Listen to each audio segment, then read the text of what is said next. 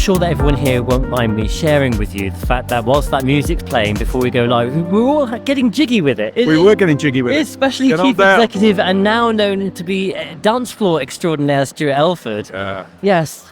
You're not too bad with the old moves there, Stuart, actually. Thanks. I'm very impressed. Also slightly concerned. Right, so welcome. My team call it my dad dancing. Is that Along what with my it's dad called? jokes, which apparently are terrible. They are equally as bad, yes. Hello and welcome to another edition of In Conversation with, live from the Devon and Plymouth Chamber of Commerce's Devon Business Show 2023. Now, this talk is going to be about the subject of charity. You could call it a charity special. But before we go into detail and introduce you to who we have here as our special guests, let's say hello to a few of our exhibitors who are down there exhibiting their wares. Hello to SSG Training and Consultancy, Heart of the Southwest Gross Hub. Gross Hub. Gross Hub. Don't call them that. They're not gross at all. There's one for the Christmas tape. Heart of the Southwest Growth Hub. That's easy to say. It is. Simply Counselling CIC, Freeway Projects, and also Southwest Fabrications Limited. Now, with us here around the table, our special guests are from Brain Tumour Research, Letty Greenfield. Hello, Letty. Hello. Also from Children's Hospice Southwest, Annabel Roberts. Hi, Annabel. Hi there. We'll ask you about those things that are attached to your physique in a few moments. And also from Lifeworks Learning Disability Charity, we have Stuart Devlin. Hello, Stuart, down at the end there. Hello there. Can you pass the salt? and of course, as we've already mentioned, we've got the Chief Executive of the Devon and Plymouth Chamber of Commerce, Mr. Stuart Elford himself. Hello. Now, how have you been getting on, kind of down there mixing with people? I know you're very shy, isn't it? Yeah, shy and retiring as I am and unaccustomed to the sound of my own voice. No, I've been loving it. There's an amazing buzz in the room. There's some great people, some exciting exhibitors, great stuff going on, great games to play. I've got uber competitive about the reaction machine that Mahjons have got. I've won Play Your Cards Right twice. Oh. Get me? But yeah, it's brilliant. Love it. And what I'm really loving is I'm getting great feedback from people. They're all saying what a great buzz there is in the room, which is There good. really is. And in fact, anyone who's listening right now can actually They'll hear it in the background. hear the buzz. Yeah. So it's not interference. Do not adjust your sets. It is actually the atmosphere of Plymouth Pavilions this year. Next year, we're going to be at a different location. Stuart will remind us about that a little bit later on. But let's say hello to our panelists with regards to charity. So I'm going to open up the first question to the three of you. Why is it so important for charities to be at events like this? Who wants to go first? I'm happy to go first. Go on then, Annabel. Well, it's such a great opportunity to meet new supporters and to catch up with existing supporters and just fly the flag for the charity. I'm the fundraiser for Plymouth, for Children's Hospice Southwest. So I'm really keen to talk to Plymouth businesses and tell them what we do. We currently support 55 families from Plymouth, though our hospice is actually over the river in Cornwall. So some people don't always make the association with us. So it's a really good chance to talk to businesses, see old friends, make new friends, and we're having a great day. Stuart, in terms of business engagement, what kind of forms does that take for you as a charity? It's a couple of forms. I think with my fundraising hat on, I just think it's an ideal opportunity to meet businesses, talk about their CSR. And corporate social responsibilities, Stuart, okay? You learn, yes, you may continue. Sorry for the acronym. And to meet people that we're already engaged in, maintain those relationships, widen our reach and increase our sort of brand awareness to other businesses in Plymouth. We've got a good presence in the South Hams, and I think just extending into the Plymouth region makes good commercial sense. So I think that's one of the key reasons, and also really to look at our supporter base, who we provide our services for, and let people know that we're on their doorstep. Letty, for yourself as well, you're here also. How have you found the event? Yeah, no, it's been brilliant. I've not long come into the role, but I am the community fundraiser for Devon, Cornwall and Somerset, so we have quite a large area. And whilst we're a national charity, we are very small. So we fund 4 research centres across the UK, one of which is right here at the University of Plymouth. So I think it's really important to, be here, have that presence in the local community, in the business community especially, and to showcase people that, we are doing the research. We're trying to find a cure to one of the most devastating diagnoses you can have for cancer. It's the biggest killer for under 40s, children and adults. So it's really important to make those connections and see what we can do together. So I've been lucky enough to visit that centre, and it is just incredible. And I didn't go just because Caprice the supermodel hugged me. That helped, I have to say. But no, what I found amazing about it was I was speaking to international students and people from all over the world, and I asked them, what are you doing here in Plymouth? And they look at me as if I'm completely mad and said, because this is where it's happening. This is cutting edge brain tumour research, and you've got Dr. Oliver Hanneman, who we've had on the podcast. Yes. And he's a fascinating guy. I have to say, he loses me after a couple of sentences because he is so... But don't worry about that. Most people do. Yeah. But no, it was just absolutely fascinating work going on up there, and we should all support that. So we've heard some examples as to why charities want to engage with businesses, but this is a two-way thing, isn't it, Stuart? Yeah, it definitely is. So I think CSR, as you talked about earlier, needs to be more meaningful. The days of companies just saying, well, here's a few hundred quid or a few £1,000 or whatever, there, we've done our bit, have gone. I think business wants to have a meaningful relationship with an organisation with which it shares values, and one with which their staff can get involved, so that their staff can get the benefit of it and feel like they're doing something positive. I mean, it's proven that businesses who have purpose and who have a positive social impact are more profitable. So, we've themed the show about people, planet and purpose, and it's about that purpose thing. I think people really want to work with organisations that are doing good and feeling like they're making a difference, and so that's why this is so important. So to our charities here, you obviously, cash is king. You all need donations in order to fund the charities and keep things running. Are you not in competition with each other, I guess? Well, we actually had this conversation when we were walking over here, and I think with charities, especially, I've worked for a couple of charities now, and I think you go for one that is meaningful to you and it has affected you in some way or another. I don't think you're necessarily in competition with each other. I mean, you are in certain respects, of course, when you come up for Charity of the Year and stuff like that, but I think you are who you are, and people will believe in you because they've been affected by you, and they want to then believe that you are going to help and find a cure and prolong lives for people. Annabel, do you want to jump in? I actually just need to also explain to everyone that's not able to see you that Annabel is covered in, I take it they're not real £50 notes. Sadly not. But you are indeed covered in £50 notes. Why? Because we do something called the £50 challenge, whereby we will give you £50. Sounds like one of those diets, doesn't it? I like it so far. Give me £50. Yeah, you don't have to lose £50.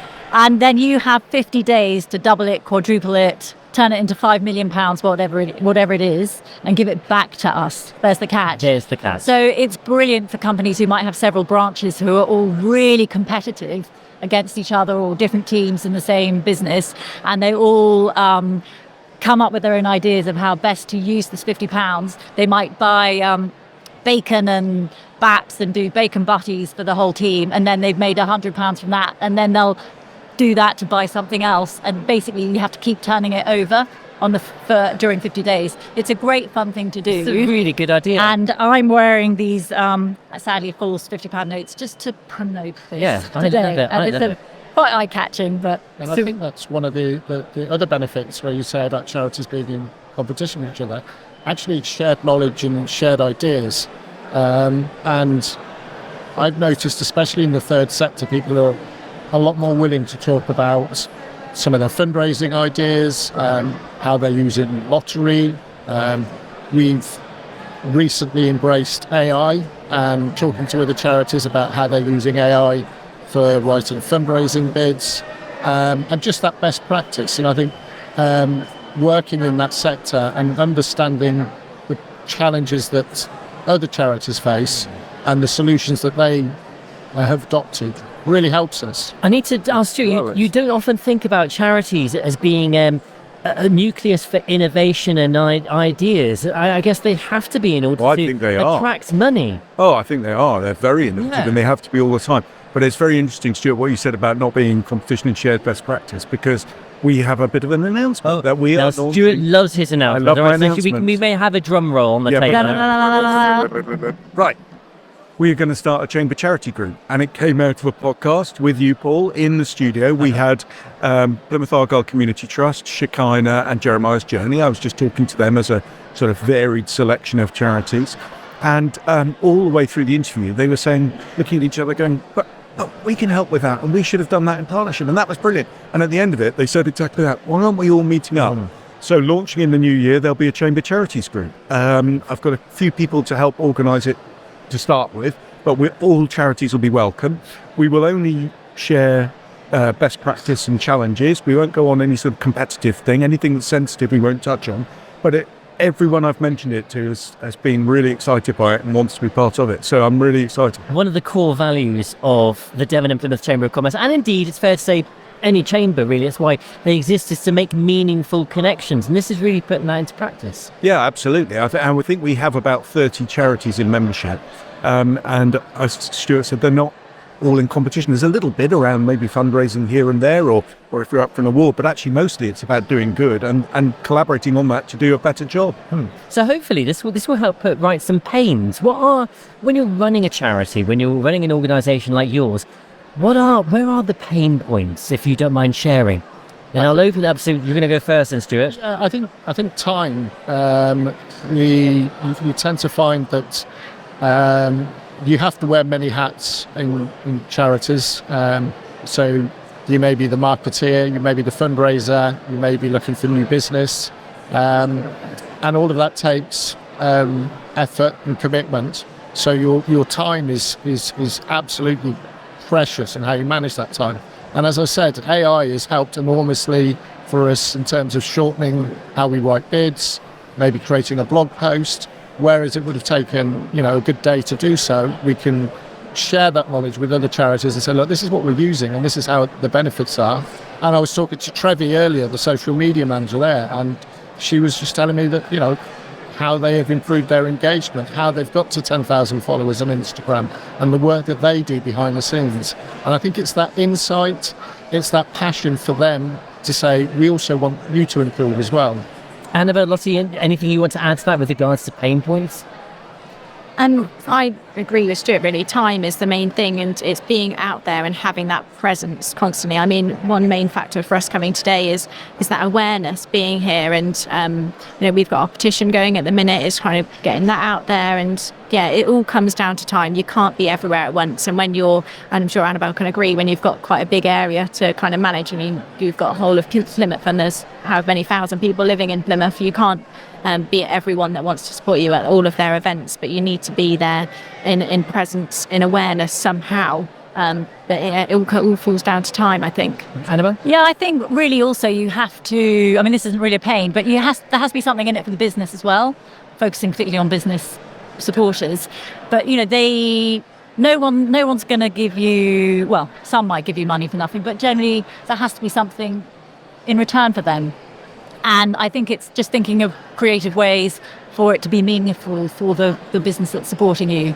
And also accepting, gifts in kind. A lot of businesses, they might not have much cash to spare at the moment, but they can give you 100 bags of crisps that we can then use at one of our events to thank our supporters. So I think it's being quite creative about how different businesses can support you. So some words there. We've got time, we've got awareness, we've got gifts in kind. That's one word.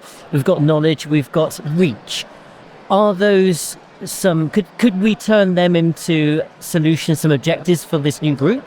Definitely. If we hear what the group's needs are, we can put that out to the membership. And some of our businesses can't give money at the moment. The cost of doing business is exceptional, but they can give time, and they can give services in kind, and they can give products. So definitely we can match need with what people actually have to give.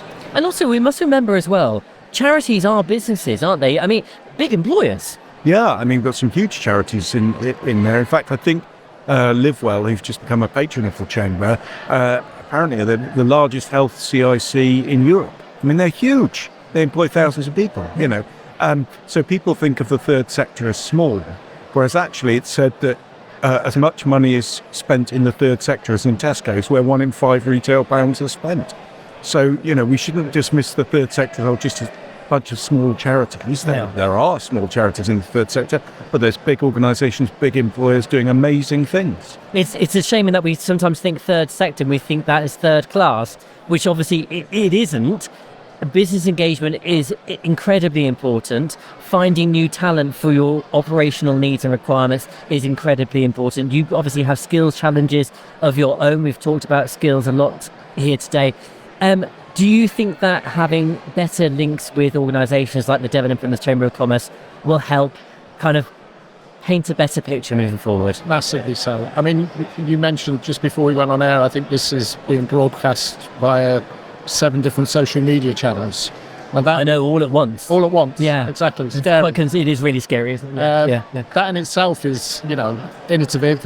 It's a great way for us to have one conversation that reaches across a multitude of platforms. So there's an immediate benefit just in this simple discussion. But the people that we've met here today and on other Devon Chamber events has been, a cornerstone to some recent success. Absolutely. Great to hear. Anything you'd like to add? Just going back to the talk about businesses giving back, I've actually had quite a few people come up to me today from different businesses that have said, we actually do have volunteering days as part of our new employment contracts and stuff, which is, I think, an amazing way to then work with those businesses. We're helping them out fulfill those days, and they're helping us out by actually giving us their time. And if you give them the right script, so to speak, in what we require from them, and a lot of these people are really good business people, and they will actually deliver what you want delivering very, very well. I can see there being a really good team building exercise being spend a weekend with Annabel. kind of volunteering. I bet you could put people to work, couldn't you? Absolutely. Yes. Yeah. We love volunteer days. We especially need volunteers for our events. We have some really quite big events, and we always need people to come and marshal and hand out refreshments and things like that. So we're all very, very keen. I was chair of St Luke's Hospice. We did an exercise. Forgetting you have a charity background like that, don't you? Yeah. I was lucky enough to chair St Luke's for 7 years and be on the board for 10 years, and I got far more out of it than I ever put in. But we were lucky enough to win the Queen's Award for Voluntary Service. And I can remember that we totted it up, and our volunteers saved £2 million a year for the charity. That's a lot of time that people put in, and we were so grateful. So when they won the Queen's Award, we put on an event for all the volunteers, and I was just so chuffed. I did have to say, I was invited to, I'm just going to drop this into the conversation. I was invited to the Queen's Garden Party. I wore this very tie, actually, a very gaudy tie. That's probably why he wasn't allowed in. Yeah, and when I told the volunteers at the thank you event to them that I was thinking of them the whole time, I got a yeah. But I really was. I just felt so privileged to represent them because, I loved volunteering. And some people I think that they haven't got things to give, but everyone's got something to give. My thing, I volunteer for St Luke's Hospice. I wouldn't be personally, I don't think, very good at sitting and holding someone's hand. But I was good at the corporate governance thing and the, chairing a meeting and that sort of thing. So you give what you can do. You can give your skill. And I'm sure these charities would find a place for most skills that are on offer. Yeah, hugely so. I mean, just going back to that point, trustees are such an integral part of how charities are governed.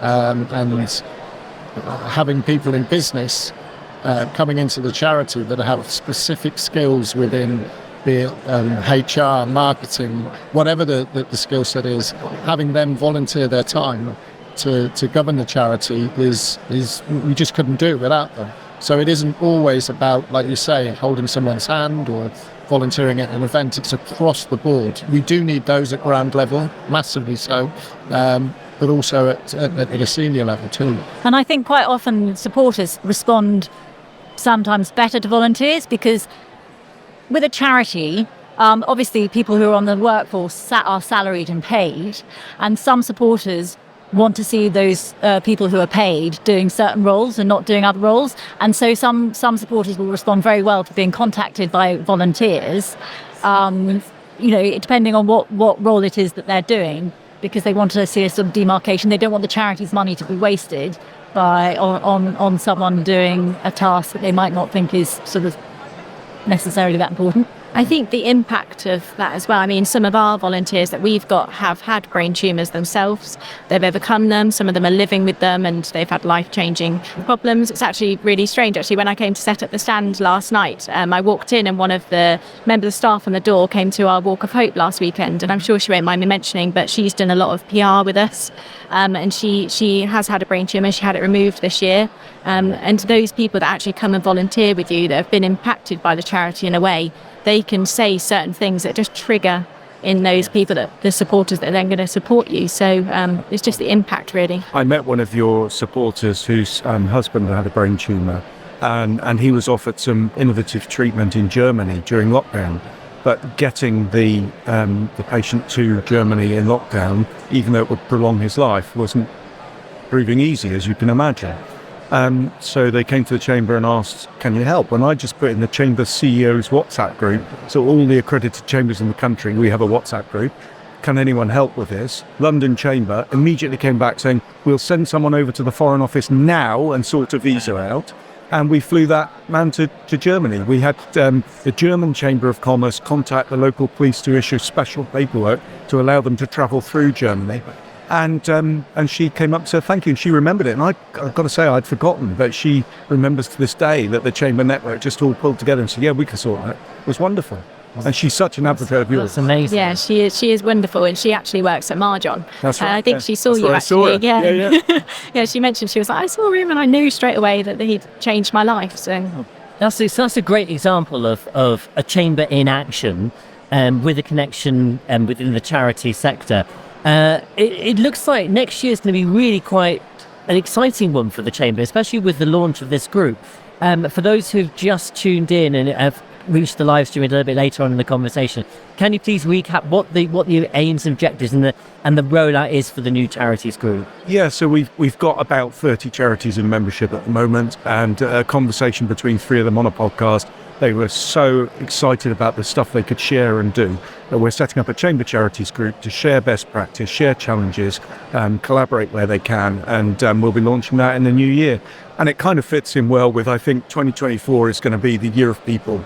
So it'll be about people collaborating on stuff. It'll be about people's health and well-being, about people in skills, which are a huge challenge for business, and that ties in so well with us launching the 2024 business show at the Plymouth Life Centre, which is 40% bigger than our current venue, and they're going to open up all the health and well-being activities to all the exhibitors and guests. So it's really exciting year for us. Yeah, absolutely fun. And of course, you're all going to be here, aren't you? Yes. Absolutely. Brilliant. Well, thank you very much for joining us on this live podcast. From the Brain Tumour Research charity, we have Letty, and we also have from Children's Hospice Southwest, Annabel. Thank you, Annabel. And also from Learning Disability charity, Stuart as well. Thank you, Stuart. Okay, before we go, let's just do a few more hellos. Hello to South Devon College, Simpler Mental Health, St Luke's Hospice Plymouth, who we've spoken about at length just now, and also One Less Worry Payroll Services. We're here. We've got a few more hours to go. A few more live streams as well coming at you live from Plymouth Pavilions